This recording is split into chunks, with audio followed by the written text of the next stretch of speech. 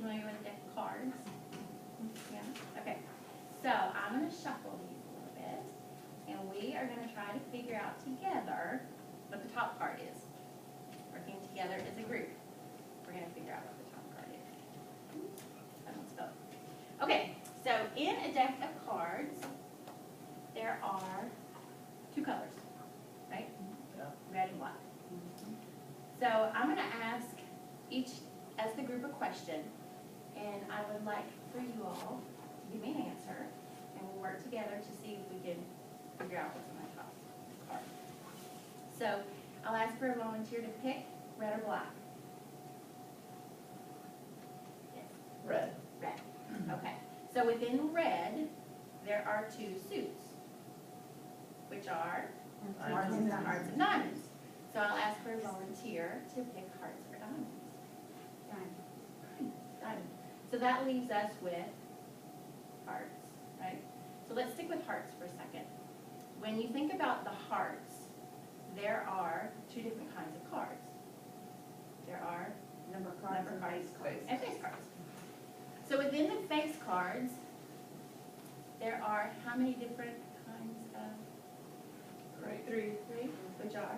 King, Jack, queen, queen. jack. King, queen, and jack. Okay, so I'll ask for someone to pick one of those three. Queen, queen. So right now we have the red queen of hearts.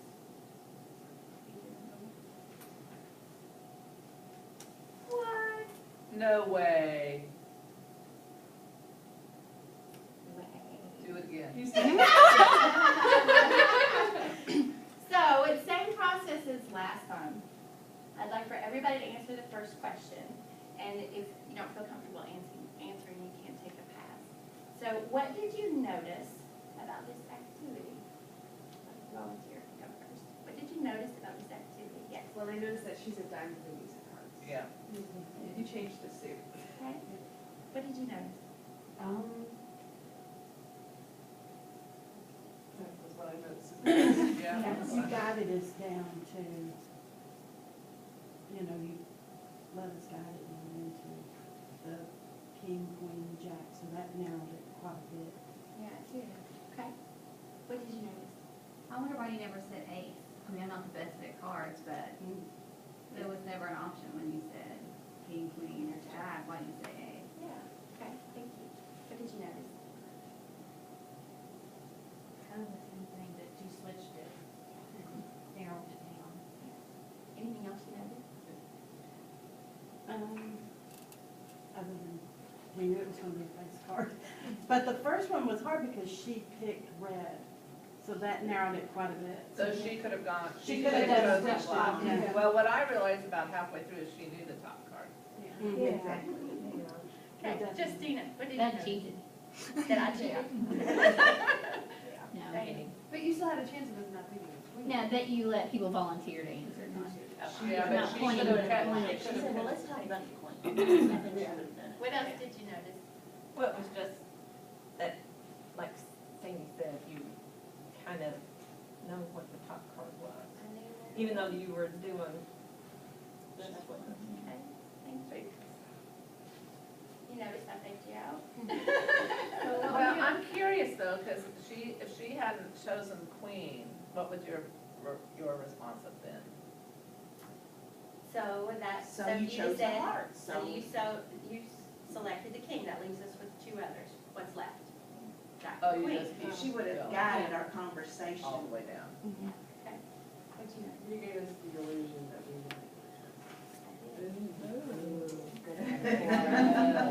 What'd you know? Bingo. We should end I've actually seen it before, but you did it really well.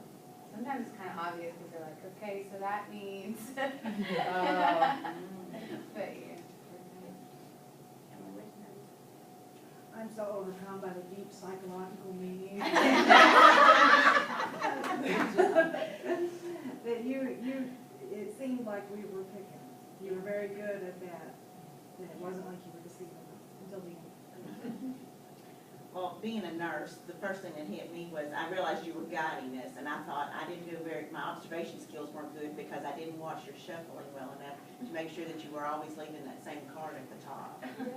So, I mean, I knew that's where you were headed, and I thought, man, I missed it. Missed that observation. That part makes me so nervous. So I'll open this up to anybody who wants to share. How did you feel during that activity? How did you feel? Well, I was engaged. I wanted to know what you were going to ask next, or what you were going to do. Okay. I thought I was looking at the inside of a magic trick. I thought it was a team effort. Yes. Yeah, I felt like part of the team. Okay, thank you.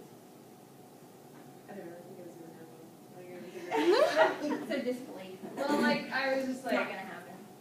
she either already knows what the card is, or this is like, you know, what's she gonna do if we don't get the right card? I thought maybe we might end up arguing with not arguing, but somebody conflicting.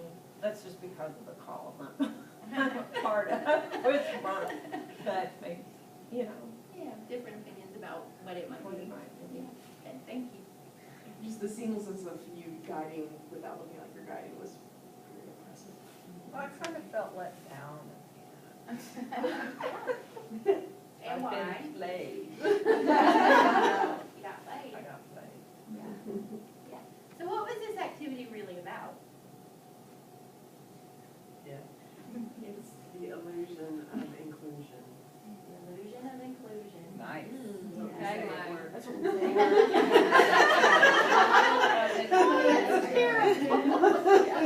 No, but you're so right. This Yeah. is true. Yes.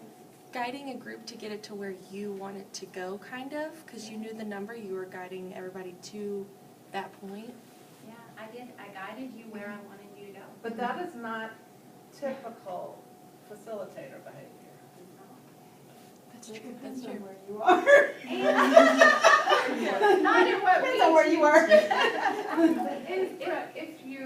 If it had been a jack, and then she would have said queen, and you would have said, whoa, what about the king?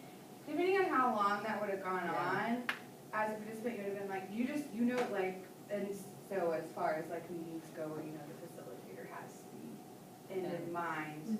At some point, you kind of like, I'm not really here for a reason. Right. I'm here to sign that I was here. That's right. So what impact does a facilitator have on a discussion? I mean, I think some of the things when you said, okay, let's try this instead. I mean, there are some times where there are people who will always get off track, and the facility has to get them on track. And, or talk about things that are, you know, not appropriate, and so you have to do that seamlessly so you don't offend them, but keep it back on track of what's supposed to be talking about. So in many ways, I think it is appropriate, because it's like, okay, without being embarrassing somebody, like, I'm talking about this, we're talking about this. Yeah. Or if you have a specific goal that you're trying to get a group to lean toward, and they're the decision makers of that particular item, you're trying to guide them down that path. To an outcome. Mm-hmm. Okay. Any key takeaways? Totally gonna do this What's that? I said I'm totally gonna do this myself. We can take a lot of practice. I know, I I think it will take a lot of practice. Yeah, I did use a little cheat sheet. I want red, I want hearts, I want a face card, I want a queen. I had a little cheat sheet there because I didn't want to mess it up. And I do get really nervous that when we turn that card over, it's not the queen. Because that would ruin it. That would ruin it. But you all nailed it. I mean, the purpose of this activity, a facilitator has a lot of control over a conversation. Some of that is good control because you want to guide them, keep them on time and on task, which is very hard with some groups. If there's something that somebody wants to talk about that doesn't have to do with the outcome, you do have to guide the conversation. But there is a fine line there. You don't want to lead a group where you think they need to go, because maybe the group does not need a queen of hearts. They may need an ace. But they have to decide. And you all knew, you picked up on it pretty quick, that I was guiding you. And groups can do that with facilitators. They know they've already got something predetermined where they want us to go. You know, I'm just signing in, it's Brookshire. People pick up on that, whether it's a card trick or you're trying to develop a strategic plan or a budget, those hidden agendas, you definitely pick up on that. So any final thoughts about this activity before we take a I break? have a question, so like I mentioned, I'm on a lot of conference calls and it involves what I'm doing. How do you actually step back out of that, trying to guide from the standpoint, like I know what's going on and I know what we're trying to solve and I have my own issues about, not issues, I have my own thoughts about how to go about solving the problem because I'm part of the problem or whatever. Does that make sense? So how do you step back and not let your opinion guide where you want the whole conversation to go? So how do you? Remain neutral. Yeah. Remain neutral. The group want to share some ideas? We talked a lot about that in the first training. You remember some of those key points about neutrality? Well, I wasn't there, but, I think if you're gonna play that dual role, because that really is a dual role, I think I always wanna say, I'm taking off my facilitator hat and putting on my blah blah Okay. hat. So, because I have an opinion here. And then when I'm done, I'm putting my facilitator hat back on. Because if you lose your neutrality, my concern would be I lose the group. Yeah. Because all of a sudden I'm not facilitating, I'm a player. Yeah. Any other thoughts about neutrality? They've held on a conference call particularly where you can't see, are they Skyped or face, do you see facial expressions or any of that piece? Don't see. No, it's all audio. Yeah. Other tips or tricks? Well, you may have to pull people in to talk, so you may have to call them by name or something, Yeah. because conference calls are really hard. Yeah. And I would suggest that you know better than anybody else your investment in a topic. And if you know you have an opinion and you're gonna guide them to the Queen of Hearts because that's where you believe it needs to go, then if you need to be the neutral facilitator, you need to step out of that role and let somebody else do it. Because it's really hard not to let that come out. If you're a player, to use your word, if you're a player in it and it impacts you, it's hard to be neutral. But if it's something that you don't care the outcome, as long as they come to an outcome that's agreeable, and you're not that invested in what the answer is, then yeah, absolutely, that makes it easier. But that's a question you have to ask yourself. It's helpful to have somebody else with you as well, because Kathy, when we are in a meeting, Kathy will often go. Yes, I mean, you need that. You Because do. you become so invested in the discussion and you're not there to be part of the discussion. You're there to facilitate what they need and what the results of the discussion are. So I have to qualify. I mean, I really struggle because sometimes I'll just have to say, I'm just gonna let you all know a piece of information. Try not to make it an opinion, but some sort of mitigating factor they should know before they make a decision. It's difficult. It is, and I will, if the group is short on time, and they're doing something big, like a mission statement, which can take, a lot of discussion, and then you get into the finite, is it happy or glad, which word do we want? And so, for time reasons, sometimes I will offer to the group, and that's the word I use, I will offer to you that a lot of groups will use these as a guideline for what a mission statement is. I'll pop up a couple of pieces on the board about the framework of what a mission is. I'll say, now this is your group and this is your mission statement. You may not agree with any of these. I just offer them to help us move along. Do you agree with these or do you not agree? If they agree, great, we move on. If they don't agree, we take things off or we add what the mission statement should be. And I don't care because it really is their mission statement and what they're gonna be, their purpose for being. It's not my purpose for being. So whatever they want it to be, they can make their own rules for what they need. But I will offer it, give them those framework pieces, and if they use it, great. If not, we start from scratch. I have a question about facilitating in general. At the end of the day, are you just exhausted? Yeah. Yeah. That remaining neutral all day long would be hard, Yeah. even if you're not a player.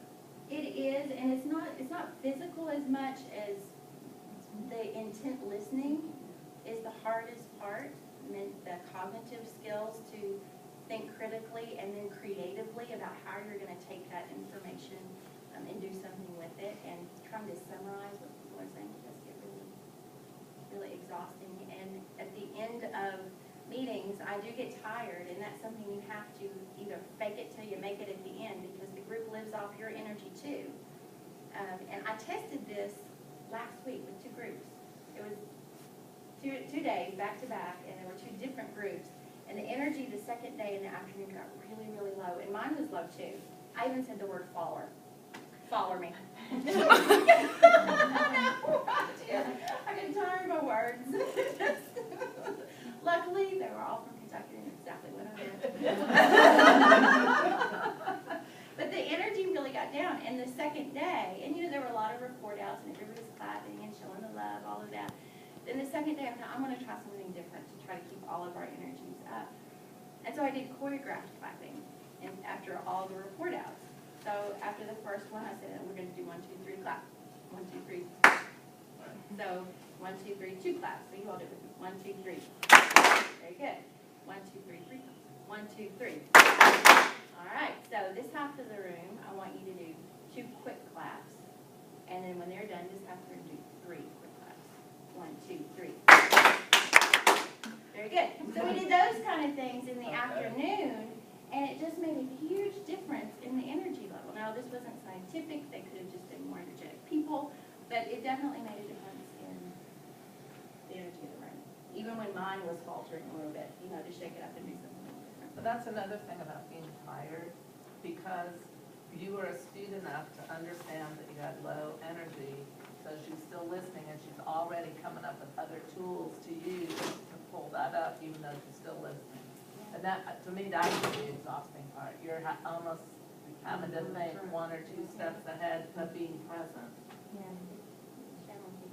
And it gets easier with practice. Yeah. Absolutely gets easier with practice. You all ready for break? Okay, let's take 10 minutes